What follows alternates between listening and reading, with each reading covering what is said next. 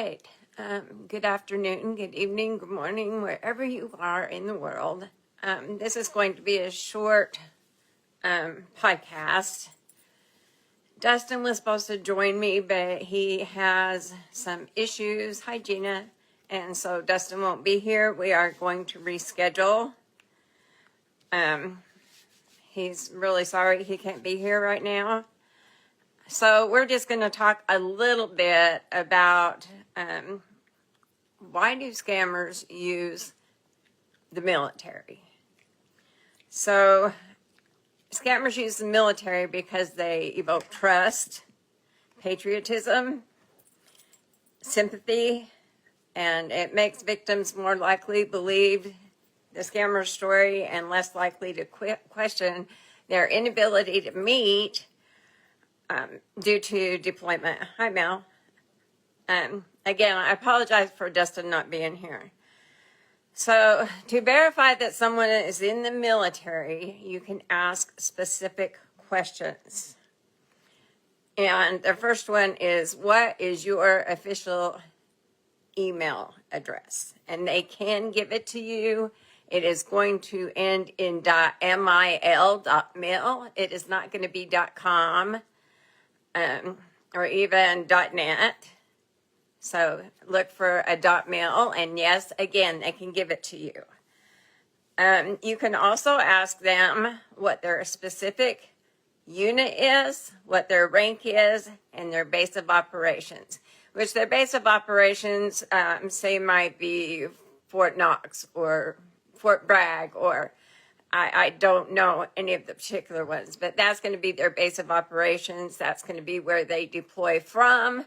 And when their deployment ends, it's going to be where they return to. So you can ask that information, and they can give you, like, we're with the 101st Airborne Unit. Scammers are usually pretty vague about some of their answers, or they deflect and, bring something else up, like, I really love you, babe, I want to be with you. And you can actually go online and cross-check their answers, because there is a lot of public information about the military. It's very easy to Google. I think there's a site that's military.com, but you can just actually Google bases in the U.S., and it will tell which bases and whether they're Army, Navy, Air Force, Marines, or, a mixture.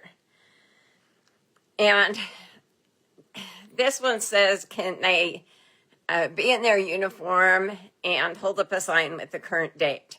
We have found that those get photoshopped a lot. So the only way to verify with them is a full-on proper video chat that is going to last at least 15 minutes or longer. And you can both see each other and talk back and forth, have a good conversation. Ask questions, answer questions, whatever the case may be. And there are no excuses. They can do video calls. If it's at a unit where they have to have secure internet lines, it still can be arranged. Appointments can be made, and they still can do video calls. So, yes, they can do video calls. Now, scammers are going to say they can't because of security, poor internet, deployment restrictions. But yes, again, they can do video calls. Another way to verify is to ask for their APO or FPO address to send mail. So the APO is the Army Post Office, and the FPO is the Fleet Post Office.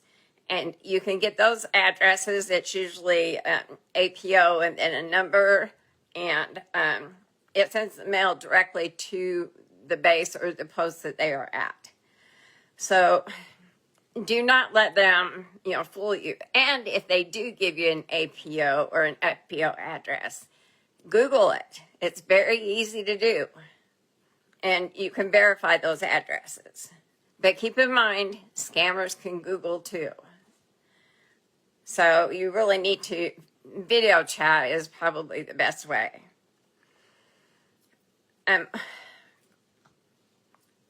You can ask them if they can share their details about their military training, which again is what base did they train at, where was basic training, what base are they stationed at in the U.S. Yeah, don't talk to strangers. You won't have to verify anything. That is correct, Gina. So scammers do not always know military terminology. And so they are pretty vague about that as well. So asking for that MOS, which is the military occupational specialty, you're going to get a vague answer from them because they may not know what that terminology means. So scammers are going to ask for money. I mean, it's whether it's tomorrow or whether it's 6 months from now or even groom you for a year. They're going to ask for money, and they're going to ask for medical emergencies or equipment, food, even just personal funds. Medical emergencies, they do not need to pay for any medical emergencies. The military has their own doctors, and all of their medical costs are covered. They have, the military insurance. It's all taken care of. There is no cost. So they don't need money for that. As far as equipment, the military provides all of their equipment. They check it out to them, and when it's time to check it back in, it gets checked back in. So they don't need to pay for any type of equipment. As far as food, most of the bases will have a chef or a cafeteria. I'm not sure the exact terminology of what they would call it, but the mess hall, and there's a chef. They fix a lot of food. If they have a special diet, the chef knows about this and will fix food accordingly. A lot of bases also have where you can go to Pizza Hut or McDonald's or, several different fast food places. Even the bases that they're deployed to might have like food truck trailers where they can get Pizza Hut. I've seen it on the movies. I've seen it on some of the documentaries I've seen. So they have plenty of food. They don't need to worry about money for food. And their internet, most of the bases have internet or free Wi-Fi for the soldiers so that they can actually use their own iPhone and connect and do video calls with their family members and their loved ones. They do not keep them from doing video calls or communicating with their loved ones unless in case of an emergency and there's a total blackout. And I think Dustin explained one time why they would have a total blackout, which is usually if somebody dies or there is an accident or something and the families have to be notified. There's a blackout until families are notified. And then, of course, once everything is okay, they'll turn that back on, and you can go ahead and do video calls with your loved ones. That's not a problem. So anything military. For one thing, don't talk to strangers. For another thing, the military is not online looking for their soulmate or looking for a relationship. They don't have time to sit and text back and forth all the time like scammers have a tendency to do. So be very, very cautious about who you talk to online. Dustin says trust but verify. I'm sorry, but I say don't trust and still verify. And yes, you're right. Ignore, report, block, giving them silence every single time. If the scammers had nobody to talk to, scams could stop. If everybody would just stop talking to them, scams could stop because they would have nobody to scam. So we actually need to get the information out there, talk to people, kind of let people know what scams are, how they work. Now, everything that we talked about, you can cross-check and verify the answers via Google. They do have public military domains where you can get the information.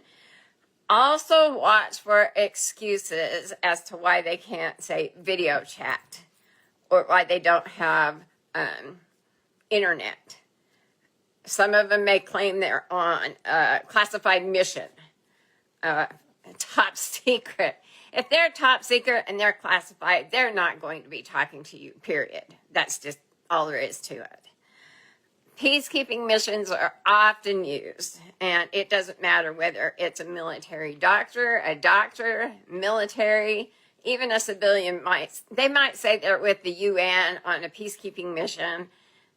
Peacekeeping mission, the minute that is mentioned, that's an automatic block. So we need to get everybody to kind of do their own, asking for links to bank accounts. That is another big red flag. You don't want to give your bank account or personal information to anyone. Another thing, if you're talking to someone, do not overshare your life. Do not send family photos. Do not send photos of your kids, your grandkids. They can and will use them, say, on Facebook Marketplace or in other scams, or say as the children of, this military person or that military person or this doctor or that doctor. So when you overshare and send photos to your family, it is very possible they will get used. And I honestly want to keep my family safe. So I might share a photo of this, which she's cute. But I'm not going to share a photo of my grandchildren just for their safety. And even my children, even though they're adults, I'm not really going to share that either. So let's see what we got, Gina. I don't get the of certain age to chat with strangers. Okay, they do like to go after older people that are not very tech savvy, because it's easier to, kind of fool them by saying, we have to go to WhatsApp, we have to go to Zangy or Telegram so we can talk more better, or, more secure. Yes, they will have you sign up for an ID.me, which can get you into the IRS taxes in the U.S. It can also get into your unemployment if you're on unemployment or any type of disability or Social Security. So do not let them do the ID me. I've done it, and I know at one time you had to hold your driver's license up by your face in order for them to verify that, the driver's license photo and your face were the same person. So if they ask for an ID, they're going to ask you to send a photo with holding up your driver's license, and they can actually set up an ID me for you, and they will use that. And they have filed taxes for people and rerouted Social Security checks, unemployment checks. So it's very dangerous to talk to these people. But they do go after older people that are not tech savvy. The older ones have a tendency to be more trusting. We were brought up in an age where you trust people. We're human. We trust everybody. We're friendly. We don't question a lot. And yes, I'm in that older category. But if I have some young man that's, say, 24, 25, that he's in the military, he's been deployed, and he decides he wants to talk to me, and he's pretty good looking, that's going to be a definite no, especially if there's like a 30 or 40-year age difference. Now, they have been using high-ranking officers. The generals, admirals, whatever the high-ranking officer is, do not have social media, for one thing, for security reasons.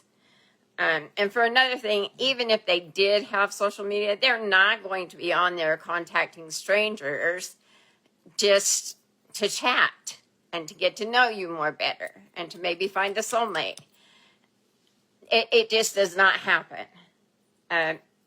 It doesn't even have to be a general or an admiral. It can be any type of high-ranking officer. They're not going to be telling strangers their life stories or where they're deployed and, peacekeeping mission. Crypto is a whole nother thing, Kathy. Cryptocurrencies in with the scams, it's hard to trace. There's no way to recover it. If they ask you to send money via crypto, do not do it. And if they ask you to invest in crypto or Bitcoin or Forex, do not do it. In fact, I just read somewhere yesterday that the crypto market crashed. So it's very unstable. My daughter does investments and she does not recommend crypto to any of her clients. So, it's just be very careful, be cautious, be safe. Do not overshare. Do not give out personal information. Do not, send photos of your family, your kids, your grandkids, and so forth. And it's not always older people. We've had them as young as 16, 17 years old that are getting scammed. And definitely do not send a photo that you wouldn't want your own mother to see. I mean, my mother saw me when I was young and a baby, but there is no way I would be posting something online where they could take it, yes, and sextortion. They blackmail you and they do sextortion. And there's actually been a lot of teen suicides in the U.S. due to sextortion on Snapchat. So be very, very, very careful. And we have seen older ladies my age that have sent nude photos or videos of themselves, and they end up getting blackmailed. That is when the scam turns ugly really quick. Another thing to look for. Oh, good, Gina. So some Ghanaians got sentenced in the UK. That's very good. So just be careful. And the biggest thing, do not talk to strangers. We teach our children not to talk to strangers. We need to follow that same rule. Just because there is a screen between us, it doesn't make it any safer. So please be careful. I'm going to wrap things up. And Dustin and I will appear again at another time when we reschedule. I will have it posted and let you know. But if anybody has any specific questions that they need answered, come and talk to us on Facebook or Instagram and ask the questions. And if it's something that you want answered online, so maybe your mom can see it or your dad can see it because they're in a scam, go ahead and ask us, and we will go ahead and talk about it so that it's public. We never mention any names, so that's not a big deal, but please ask us questions. Be curious about all this stuff so that people can learn. So I want to say thanks to everybody, and good night, Gina. Good night, Cutie Candy, and whoever else. Good night, Kathy. Well, she's Day. Good morning, Kathy. So everybody have a great day, afternoon, night, whatever the case may be. And thanks again. Bye.